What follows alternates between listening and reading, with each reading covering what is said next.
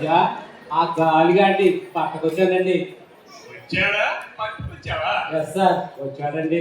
అబ్బా సెక్రటరీ, ఎప్పుడు ఆ పంచగారితో పనులున్న పంచగారు చూసుకుని ఆ పెన్షన్కారని సేవ చేసుకోవద్దు. Yes sir. ఇప్పుడు రాజకీయాలు రచ్చపడలేనా? పైన ఏదో మండలం జరిగినట్లేదు, ఆకాశంలో సూర్యుడు నెత్తురు గట్లా లేడు. అవును సార్, చాలా అద్భుతంగా ఉంది.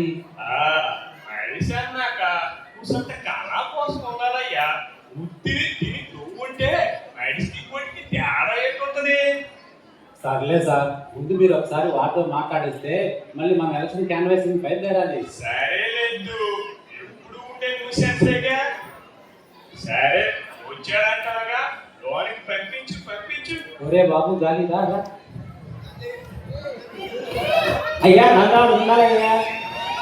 ఎరా గాలి, నువ్వు ఎంత గాలి వదిలేస్తే మాత్రం కనిపించకపోతే ఎలా? సీజన్ కదండి అయ్యా.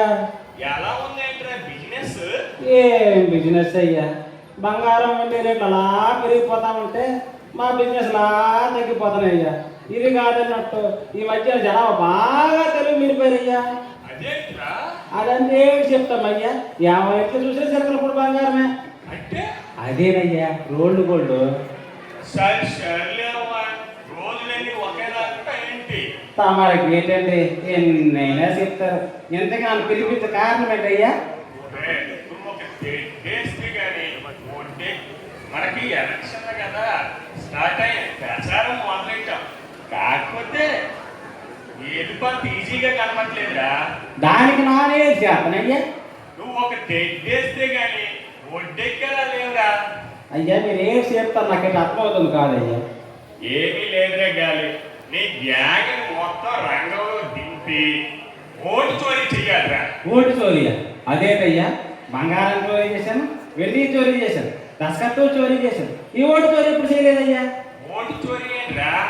ప్రజలు ఎంత ముందులా లేరు, బాగా తెలివి మీరిపోయారు, బాగా వామస్వాట్ అయిపోయారు. అయితే దొంగోట్లు వేసేమయ్యా. అయితే ఈవీఎం లేరా? అలాగే పూర్తి క్యాన్సల్ చేసిపోయా. సీసీ కెమెరాలు ఉంటాయి, లేకపోతే వాటర్ గురించేద్దామయ్యా. హ్యాపీ మన ప్యాకేజీ లీడింగ్ తప్ప చేసేది లేదురా. మరేం చేద్దామయ్యా?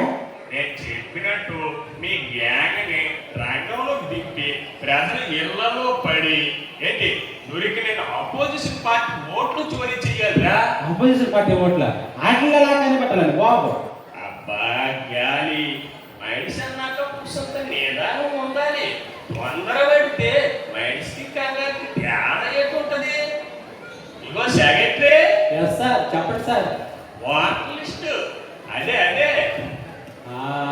ఇది సిద్ధంగా ఉన్నాయి సార్.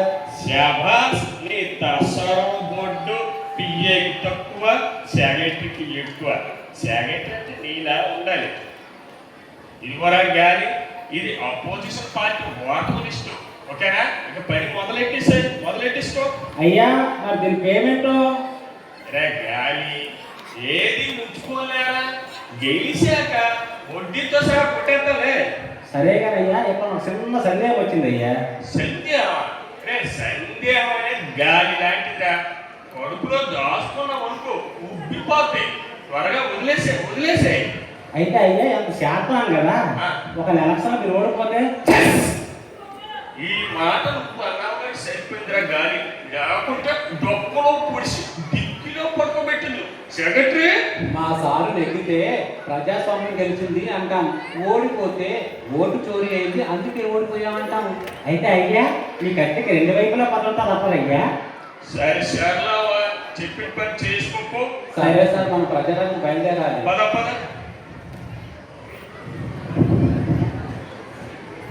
ఇప్పుడే అందిన తాజా వార్త.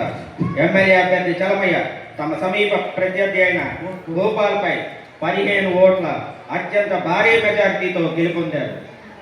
ఎమ్మెల్యే చలమయ్య జిందాబాద్. ఎమ్మెల్యే చలమయ్య జిందాబాద్. ఎమ్మెల్యే చలమయ్య జిందాబాద్. మరి 15 ఓట్లతోనేనా?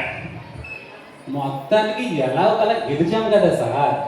మొత్తానికి చావు తప్పి కన్నులు వట్టబోయినట్టు మరి 15 ఓట్లతోనేంటయ్యా? ఎక్కువ గెలిచి వదులుద్దాం మనం. సెక్రటరీ అబ్బబ్బా, అదేం లేదు సార్. గత 5 ఏళ్లలో మీరు ఎంతో దోచేశారని అదే సార్, ఎంతో చేశారని చెప్తున్నాను సార్. అవును సెక్రటరీ, గతంలో మనము ఎంతో చేసాం, ఏదో సాధించాం. ఇంకా రాబోయే 25-30 ఏళ్ల వరకు నా రాజకీయ జీవితానికి ఎలాంటి ధోకా లేదనుకున్నాను. కానీ జనాలకి ఇట్ట చేసేసారే. కర్మ రిటర్న్స్ అండి, మీరే అంటుంటారు కదా డొక్కలో వచ్చి డిక్కీలో పడుకోబెట్టాలని.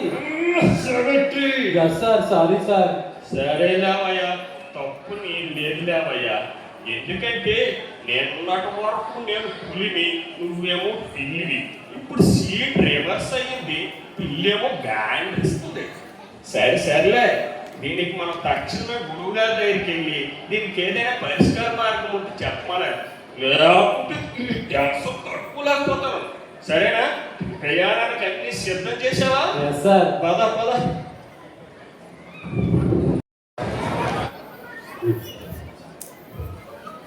నమస్కారం గురుగారు, నమస్కారం. నమస్కారం. ఎవరది? నేను గురుగారు చలమయ్యని, గుర్తుపెట్టారా? ఓ చలమయ్య, నిన్నట్టే మర్చిపోతానయ్యా. గురువు గారికి పంగనామాలు పెట్టి చూసిదు కదా. గురుగారు ఇంకా తమ పాత విషయాలు ఏమి మర్చిపోయేటట్టు లేరు. ఎట్టా మర్చిపోతావు చలమయ్య? నువ్వు కొట్టిందేమన్నా కత్తిపోట, వెన్నుపోటు. ఆ పోట్ల మీకు వెంటబడుతున్నాయి గురువు గారు. Secretary sir sorry sir. కట్టప్పుకి ఎక్కువ, కన్నప్ప తక్కువ. చూడ గొప్పనుండా చలమయ్య ఊరకనే రాడు కదా, ఇంతకి వచ్చిన కారణం ఏమిటో? గురుగారు మీరు అప్పటికి ఇప్పటికి ఎప్పటికీ కూడా మీరు మా గురుగారే. అసలు విషయానికి రా.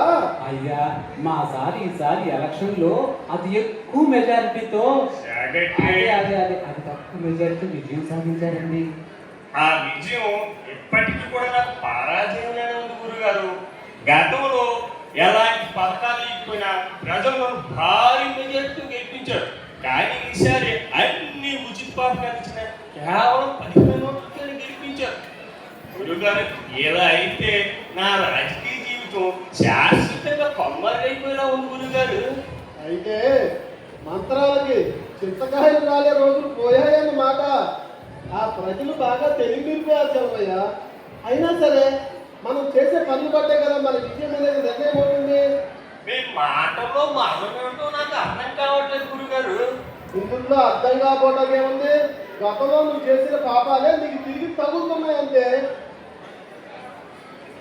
అబ్బా సెక్రటరీ, సార్ సారీ సార్. నువ్వు దేని మొదలనే తిండికే గుర్తున్నట్టున్నావు. సరే గురుగారు, ఎంతకీ ఏదైనా పరిష్కార మార్గం ఉంటే చెప్పండి. చూడు చలమయ్య, మనం ఎప్పుడూ గెలవాలనుకోవడానికి మనం నాయకులు అనుకున్నావా? పాలకులు మాత్రమే. గాలివాటంగా గెలుస్తూ ఉంటాం, ఓడిపోతూ ఉంటాం. ప్రజాస్వామ్యం మనకి ఇచ్చిన అధికారంతో పాలన చేస్తున్నామే కానీ ప్రజలు నచ్చిన నాయకుల్లాగా పాలన చేయట్లేదు కదా. అంటే మనం విజయం సాధించాలంటే ప్రజల్ని మనం నెత్తినెత్తుకోవాలంటారు. వాళ్ళ కష్ట నష్టాల్లో నువ్వుంటే నెత్తిని పెట్టుకుంటారు, లేదంటే గురువు గారు తొక్కుకుంటూ పోతారు. Secretary sorry sir. నిన్ను అడిగారా? గమ్మునుండు మార్పిటిగా. ఏదో నువ్వు నా పక్కన ఉంటే నేను సీఎం అవుతానని ఆ జాతకంలో మా అయ్యి చెప్పబట్టే నేను నా పక్కన ఉంటున్నాను. లేకుంటే ఇప్పటికి డొక్కలో పొడిచి డిగ్రీలు కొట్టుకోబెట్టింది. చలమయ్య, నువ్వు నాయకుడిగా ఎదగాలంటే మన చరిత్ర గురించి నువ్వు ఇంకా విశ్లేషణగా తెలుసుకోవాలి. మన పూర్వీకులు చూపించిన మార్గం ఉందే, అది ఎప్పటికీ మనకి శిరోధార్యమే కదా. అయ్యా అదంతా నాకు తెలవదు. డొక్కలో పుడిచానా, డిగ్రీలో పడుకోబెట్టామా, ఇది తప్ప. హుషారే వద్దనేది. నీకు ఇంకా వివరంగా తెలియజేయాలంటే మన పూర్వం చాళుక్యుల వారి ఘట్టం అనేది ఒకటి ఉండేది. ఆ ఘట్టంలో నాయకుడు అంటే ఎలా ఉండాలి, ప్రజల పట్ల ఎంతో బాధ్యత ఉండాలి అనేది వివరంగా తెలియజేయబడుతుంది. చూస్తావా? సరే చూపించండి గురుగారు. ఆ చారిత్రక ఘట్టం మీద మేము చూసి తెలుసుకుంటాం. చూసి నేర్చుకో. పదండి గురుగారు. చూద్దాం పదండి.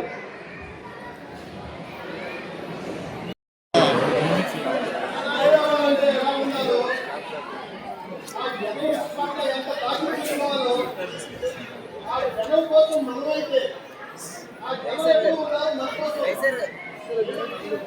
అర్థమైందా? ఎంత క్లుప్తంగా వివరించాక బాధపడకుండా ఎలా ఉందా గురుగారు? నిర్ణయం నీదే. గుణనాయకుడిగా ఉంటావు, పాలకుడిగా ఉండిపోతావు. ఇక నాకు జ్ఞానానికి సమయమైంది. సెలవు మరి. వెళ్ళిరండి ధ్యానానికి గురుగారు. అయ్యా ఇది మనకు వర్కౌట్ అవుతుందంటారా? ప్రయత్నిస్తే పోలా ప్రయత్నం విఫలమైతేను ఏముందిరా, ఈ హోదా అనే చిలక ఎగిరిపోద్ది. తరువాత నుంచి మళ్ళీ మనం అర్థం చేసుకోవడమేనా? అంతేగా అంతేనా? అంతేగా అంతేగా